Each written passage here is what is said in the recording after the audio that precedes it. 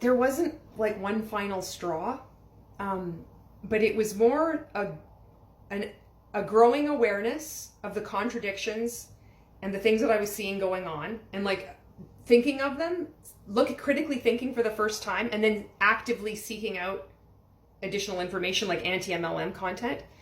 And then as I started to do that, it was like it accelerated. There's like this acceleration process. That's the best way I can describe it. And the more I learned, then it was like I was kind of learning. I couldn't understand, like, what do they mean that 99% of people fail? Like, I can achieve this. It took me questioning from March 2020. That's when I can really pinpoint when I started to really start questioning things, to December 2021. So like a year and a half I had to work at questioning things, because I'm thinking like I can do it differently. My company is different. All these things, right? So as it was getting closer to the end of December, it was like that last month. December, I was like, I had watched Lula Rich, and then I had listened to Roberta Blevins' podcast. She's here on TikTok.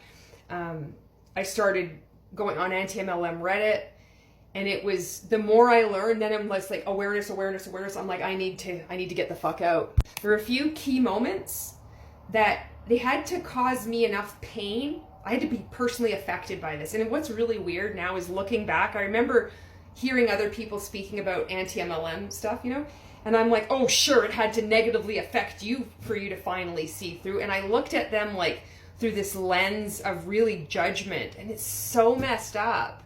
But it took for me to feel that, to be negatively affected somehow. A few things that happened: I had to leave the Inner Circle coaching group I had been part of, paying $800 US a month, because I could no longer afford the coaching. My network marketing business wasn't paying for that. And leaving the group, it wasn't a good experience. I wasn't liking what I was seeing. And I realized, I'm like, I don't need them, they need me. Yet I'm made to feel like I need to grovel or something to be so grateful to have like the breadcrumb of like, you could stay in this group for only $29 a month. And this was a huge one. Having like the leader of the group just slam TikTok. Like, it was the stupidest thing ever. And I'm like, I've proved you wrong in a big way.